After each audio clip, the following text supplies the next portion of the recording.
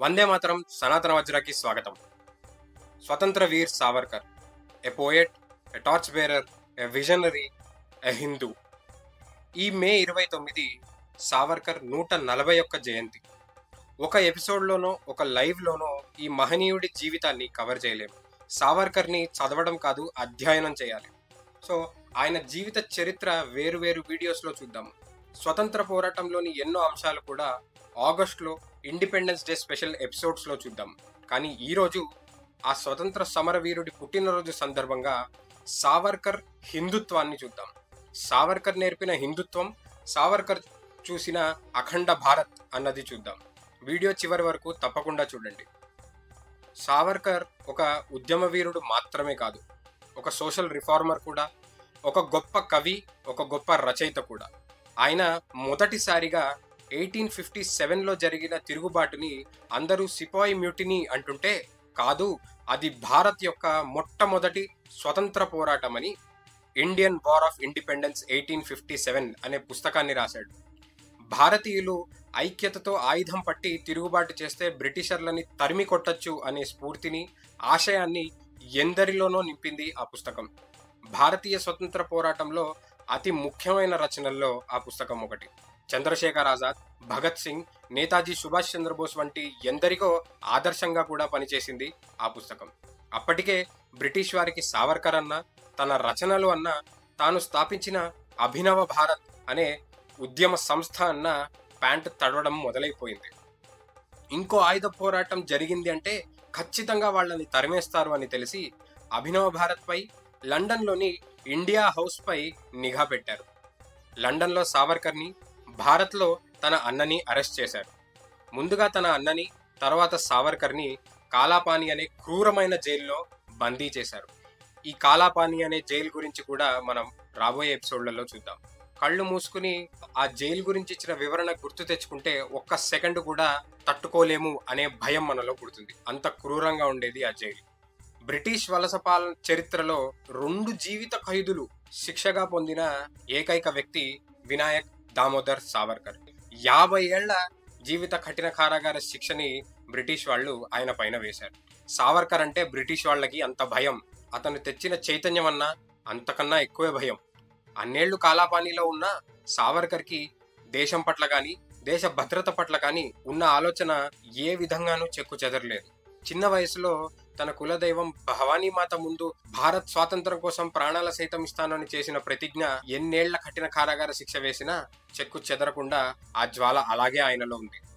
అయితే ఇంతగా ఐక్యతా భావాలు నేర్పి అందరూ కలిసి పోరాడితే బ్రిటిష్ వారిని గెంటేయచ్చు అని చెప్పిన సావర్కర్ యొక్క హిందుత్వాన్ని కొందరు, అతి ముఖ్యంగా మైనారిటీ అపీస్మెంట్తో బానిసత్వం చేసే కాంగ్రెస్ వాళ్ళు, మత విద్వేషమని, పాకిస్తాన్ ఏర్పడడానికి కారణమైందని, 2 నేషన్ థియరీ ఈయనే తీసుకొచ్చారు అన్నట్టుగా కారు కూతలు మొరుగుతూ ఉంటారు. అది ఎందుకో కూడా చూడాలి మనం. దానికి 2 ముఖ్య కారణాలున్నాయి. ఒకటి, అప్పటి బ్రిటిష్ బానిస కాంగ్రెస్ కన్నా ఎన్నో రెట్లు కీర్తి సావర్కర్కి ఉంది. ఆయన ఇచ్చిన స్ఫూర్తి వల్ల ఎందరో సాయుధ పోరాటం చేసి స్వతంత్రం తెచ్చారు అన్న భావం ఎందరో నాయకుల్లో ఉంది. అయితే బ్రిటిష్ వాళ్లే స్వయంగా కాంగ్రెస్ చేసింది పెద్ద ప్రభావం ఏమీ లేదు అని చెప్పినప్పటికీ రాజకీయం కోసం కీర్తి అంతా మాకే రావాలి అనే దొంగబుద్ధి వల్ల సావర్కర్ చరిత్రను దాచివేయడం జరిగింది. రెండోది, సావర్కర్ నేర్పిన హిందుత్వం, ఆయన ఇచ్చిన అఖండ భారత్ అనే స్ఫూర్తి. ఇందులో దేశవాసులంతా ఒకటవుతారు. అది వాళ్ళ మత కుల రాజకీయాలకు అడ్డుకట్ట వేస్తుంది. కాబట్టి ఇలాంటి నింద సావర్కర్ మీద వేయడం జరిగింది. అయితే అసలు సావర్కర్ చెప్పిన హిందుత్వం అంటే ఏంటో చూద్దాం. కానీ దానికన్నా ముందు ఆయన ఆ విజన్ని ఎందుకు ఇవ్వాల్సి వచ్చిందో కూడా ఒకసారి చూడాలి మనం. 1987, 1988లో సయ్యద్ అహ్మద్ అనే అతను స్వతంత్రం వచ్చి పార్లమెంట్ ఫామ్ అయితే అది హిందూ రాజు అవుతుందని, ముస్లింలు సపరేటిస్ట్ భావాలు పెంచుకునేట్టుగా 2 ప్రముఖమైన స్పీచ్లు ఇచ్చాడు. ఇక్కడ చరిత్రలో భారత్ పై ఉన్న ముస్లిం రాజ్యాల నుండి స్ఫూర్తి తీసుకోమంటూ ముస్లిం యువతని ఇంకొంచెం రెచ్చగొట్టాడు. భారత్ ఎప్పుడూ కూడా ఒక సంఘటిత రాజ్యం కాదు, ఒక నేషన్ కాదు అని, 2గానే ఉంటుంది అని 2 నేషన్ థియరీ మొదటిసారిగా తెచ్చింది సయ్యద్ అహ్మదే. ఇదే మత రాజకీయం చేసే ఐఎన్సీ నాయకులు సావర్కర్కి ఆపాదించారు. ముస్లిం రాజ్యం సపరేట్గా ఉండాలి అనే థాటే పాకిస్తాన్కి కారణమైంది. దీన్ని ఆపడానికి సావర్కర్ సాయశక్తిలా ప్రయత్నించారు. 1919 నుండి 1924 వరకు భారత్కు ఎటువంటి సంబంధం లేని ఖిలాఫత్ మూవ్మెంట్ అనేది జరిగింది. అంటే టర్కీలో ఇస్లామిక్ ప్రజలకు అధినేత ఎవరు ఉండాలి, బ్రిటిష్ వల్ల ఇన్వాల్వ్మెంట్ ఎలా ఉంటుంది, ఈ అంశాలపైన జరిగిన గొడవలు అనమాట. అయితే గాంధీ మరియు ఇతర మితవాదులు ఖిలాఫత్ మూవ్మెంట్ కి భారత్ లో ఉన్న ముస్లింలకు మనం సహాయం చేస్తే వారు స్వతంత్ర పోరాటానికి సహాయం చేస్తారు అనే ఆలోచనతో సపోర్ట్ ఇచ్చారు. అదే సమయంలో నాన్ కోఆపరేషన్ మూవ్మెంట్ కూడా మొదలు పెట్టారు. కానీ ఇక్కడ ముస్లింలలోని ఎన్నో గుంపులు భారత్ లో కూడా ఖాలిఫేటే రావాలి అనే ప్రయత్నాలు మొదలు పెట్టారు. అలీ సోదరులు అనే ఇద్దరు భారత్ లో జరిగిన ఈ ఖిలాఫత్ మూవ్మెంట్ లో ముఖ్య పాత్రలు. కానీ 1921లో ఈ అలీ సోదరులు ఆఫ్ఘాన్ అమీర్ కు బ్రిటిష్ బలహీనంగా ఉంది, భారత్ ను ఇన్వైట్ చేసి ముస్లిం రాజ్యంగా మార్చాలి అనే ఒక లేఖ రాశారు. ఇలా బ్రిటిష్ రాకముందు ముఘల్ పాలన ఉంది కాబట్టి భారత్ పై హక్కు మాదే అనే వ్యూహాలు రచనలు ఎన్నో మొదలయ్యాయి. అలాగే కాలాపానీ జైల్లో ఉన్న సిబ్బంది అధికంగా పఠాన్లకి చెందిన వాళ్ళు. అక్కడ ఖైదీలకు తిండి అందించాలన్నా వారి మతంలోకి మారితే ఇస్తాము అనే సొంత రూల్స్ పెట్టడము సావర్కర్ చూశాడు. ఆ జైల్లోనే మళ్ళా ఎందరినో ఘర్వాప్సీ కూడా చేశారు సావర్కర్.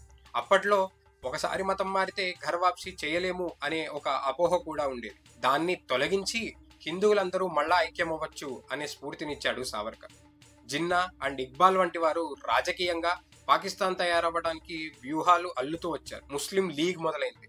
1930లో ఇక్బాల్ సపరేట్ ముస్లిం రాజ్యం ఎలా ఉండాలి అనే ప్లాన్ ని కూడా బయటికి చెప్పాడు. 1932లో రెహమత్ అలీ అనే అతను పాకిస్తాన్ అనే పదాన్ని మొదటిసారిగా వాడాడు. ఇదే రెహమత్ తన సొంత వర్జన్ ఆఫ్ మ్యాప్, భారత్ యొక్క మ్యాప్ ని కూడా తయారు చేశాడు. అది పూర్తిగా వారి మతరాజ్యం లాగా ఉంటుంది. అంటే రాజస్థాన్ ను మునిస్తాన్ గా, ఆగ్రా అవధులను హైదర్స్థాన్ గా, బంగాల్ను బంగిస్తాన్ గా, బీహార్ అండ్ ఒడిషాని ఫరూకిస్తాన్ గా, బుందేల్ఖండ్ అండ్ మాల్వాని సిద్దికిస్తాన్ గా, హైదరాబాద్ ను ఒస్మానిస్తాన్ గా, మద్రాస్ ను మప్లిస్తాన్ గా చిత్రీకరిస్తూ ఒక మ్యాప్ తయారు చేశాడు. ఇవన్నీ జరుగుతుంటే కూడా అప్పటి కాంగ్రెస్ నేతలు మైనారిటీ అపీస్మెంట్ పనులు అలాంటి పార్లమెంటరీ ప్లాన్లే వేస్తూ వచ్చారు. ముస్లిం ప్రజలకి అడ్డు చెప్పలేము, వాళ్ళ హక్కు వాళ్ళకి ఇవ్వాలి అంటూ వ్యాఖ్యలు చేశారు. అందులో ముందున్నారు గాంధీ. 1945లో దేశాయి లియాఖత్ అలీ ప్యాక్ట్ అనేది చేశారు. దీని ప్రకారం అఖండ భారత్ అంటే అప్పటికి వేరుపడని భారత్ లో 22% ముస్లింలను అన్ని రాజకీయ నిర్ణయాల్లో 50%గా పరిగణిస్తారు. అంటే ఒకటే దెబ్బకి 75% ఉన్న హిందువుల విలువ 50%కి తగ్గిపోయింది. కాంగ్రెస్ చేసిన ఈ పని జిన్నా టూ నేషన్ ఐడియాకి మరింత శక్తినిచ్చింది. ఇవన్నీ ఆపడానికి సావర్కర్ శాయశక్తిలా ప్రయత్నిస్తూనే ఉన్నారు. స్వయాన అంబేద్కరే ఈ మిడిల్ ఈస్ట్ మతాల్లోకి చేరితే వారి విశ్వాసం దేశం పట్ల ఉండదు అని, కాంగ్రెస్ వాళ్ళు ముస్లిం అపీస్మెంట్ కోసం హిందువులకి వ్యతిరేకంగా ఉండే లాస్ తయారు చేస్తున్నారు అని, ఎలక్షన్ విధానాల్లో ముస్లింకి ఎక్కువ శక్తి ఇచ్చి హిందువులకు తీవ్రమైన అన్యాయం చేస్తున్నారని ఖండించారు. 1946లో హబీబుర్ రెహమాన్ అనే ముస్లిం లీగ్ నేత 24 పాయింట్ల పాంప్లెట్ ని సర్క్యులేట్ చేయడం మొదలుపెట్టాడు. ఆ ప్రచారం చేసిన పాంప్లెట్ లో పాకిస్తాన్ కోసం వాళ్ళు ప్రాణాలు ఇవ్వడానికైనా వెనుకాడకూడదని, తర్వాత భారత్ ని వారి మతరాజ్యంగా మార్చాలి అని, హిందువులని నిర్మూలించాలి, వాళ్ళ స్త్రీలని వారి మతంలోకి మార్చాలి అని, హిందువుల షాపులు ఫ్యాక్టరీలు కొల్లగొట్టాలి అని, భారత్ కి సపోర్ట్ ఇస్తే వారి మతం వారైనా సరే అంతం అవ్వాల్సిందే అని రెచ్చగొట్టే రచనలు చేసిన పాంప్లెట్లు ముస్లిం యువతలో పంచాడు. జిన్నా మొదలుపెట్టిన ముస్లిం లీగ్ వారు బెంగాల్లోనూ మరిన్ని ప్రాంతాల్లోనూ చేస్తున్న మారణకాండ కానీ, అరాచకాలు కానీ, లైంగిక దాడులను కానీ ఆపలేదు అప్పటి ఇండియన్ నేషనల్ కాంగ్రెస్ వారు.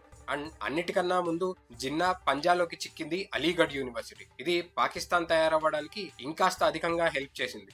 అయితే ఇప్పటికీ కొందరు అపీస్మెంట్ పాలిటిక్స్ వాళ్ళు అలా కొందరు ఉంటారండి, అందరూ అలా ఉండరేమో కదా, ఎవడో చేశాడు పాపం అనే సెక్యులరిజం అనే మాయరోగంలో ఉండేవాళ్ళు ఉంటారు. 2 ఉదాహరణలు చూసి ఆ విషయం అర్థం చేసుకోండి.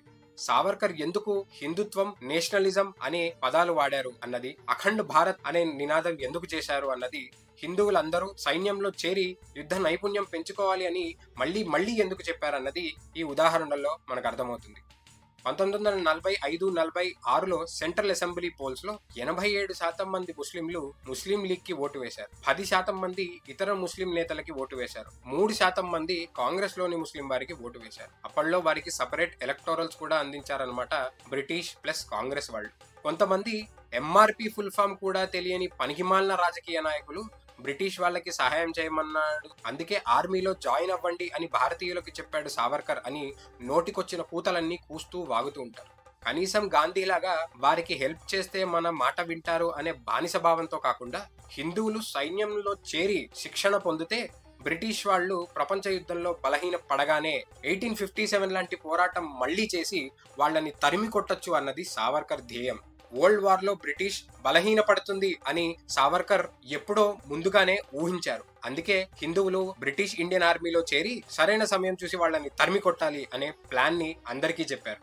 అప్పటి బ్రిటిష్ ఇండియన్ ఆర్మీలో ముస్లిం సైనికుల సంఖ్య హిందువులతో కంపేర్ చేస్తే చాలా అధికంగా ఉంది. సావర్కర్ ఈ అంశం చాలా క్షుణ్ణంగా గమనించారు, పరిశీలించారు. అండ్ దేశవ్యాప్తంగా ముస్లిం లీగ్ వంటి వారు చేస్తున్న పనులు కూడా చూసి హిందువులు ఆర్మీలో చేరాలి అనే ప్రచారం చేశారు. హిందూ మహాసభ నిర్వహించిన సైనిక దళంలో చేరాలి అనే పిలుపు 5 ఏళ్లలో హిందూ సైనికుల సంఖ్యని 34 నుండి 70% పెంచింది. ఇది ఎలా పనికొచ్చింది భారత్ యొక్క భద్రతకి అన్నది ఇప్పుడు చూద్దాం. ముస్లిం లీగ్ వారిని ఇది ఎంతో భయపెట్టింది కూడా.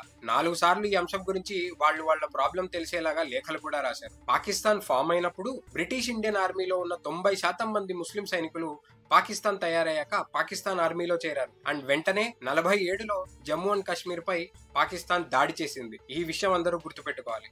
ఒకవేళ హిందువులు సైన్యంలో చేరాలి అనే ఈ ఆలోచన సావర్కర్ మనలో పెట్టకపోయి ఉంటే పూర్తి కశ్మీర్ సంగతి ఇప్పుడు ఎలా ఉండేదో ఒకసారి ఊహించుకోండి. అది దేశ భద్రత పట్ల ఉన్న ముందు చూపు. అందుకే Savarkar Hindutva which is equal to nationalism అనే అంశాన్ని చెప్పారు. ఇది కుల, జాతి, మత, ప్రాంత భేదాలు లేని ఒక ఆలోచన, ఒక నినాదం, ఒక చైతన్యం. హిమాలయాల నుండి హిందూ మహాసముద్రం వరకు, సింధు నది నుండి సింధు అంటే సముద్రం వరకు ఉన్న ఈ భరత భూమిని ఎవరైతే తమ మాతృభూమిగా అంటే వారు పుట్టిన భూమిగా, మా తల్లిగా అనుకుంటారో, పితృభూమిగా అంటే మా తాత ముత్తాతలు, మా పూర్వజులు బతికిన భూమిగా, వారు కాపాడి మాకిచ్చిన భూమిగా భావిస్తారో, అన్నిటికన్నా ముందు ఈ భూమికి ఎవరైతే విశ్వాసం చూపిస్తారో, అంటే మతం కన్నా ముందు, రాజకీయం కన్నా ముందు ఈ భూమి కోసమే ఎవరైతే పోరాడతారో వాళ్లే హిందువులు. ఇది సావర్కర్ చెప్పిన హిందుత్వ. హిందూ, బౌద్ధ, జైన, సిక్కులైనా లేదా దైవ భూమి అఖండ భారత్ బయట ఉన్న క్రైస్తవ ముస్లింలు అయినా భారత్ ను వారి మాతృభూమిగా, పితృభూమిగా చూస్తారో, వందే మాతరం అంటారో, మతం కన్నా ముందు భారత్ కు ప్రాధాన్యత ఇస్తారో వారు హిందువులే అని సావర్కర్ హిందుత్వం చెప్తుంది. వేరు భాషలు, ప్రజాతులు ఉన్న యూకే, జర్మనీ వంటి వారు వాళ్ళని వారు ఒకటే నేషన్ గా చెప్పుకుంటుంటే భారత్ కు అంతకన్నా ఎక్కువ హక్కు ఉంది. ఎన్నో వేల ఏళ్ల సభ్యత, సంస్కృతి, భాష, సాంస్కృతిక ఐక్యత ఉన్న భారత్ ఒకటే నేషన్ అని ప్రపంచంలో అందరికంటా గర్వంగా చాటి చెప్పుకోవచ్చు. దాన్ని వేరు భాగాల్లో చూడటానికి వీలు లేదు అని ఆయన అఖండ భారత్ గురించి చెప్పారు. సావర్కర్ హిందుత్వంలో మత స్వేచ్ఛ ఉంది, కానీ మత విద్వేషం లేదు. కాంగ్రెస్ వాళ్లలాగా అపీస్మెంట్ లేదు.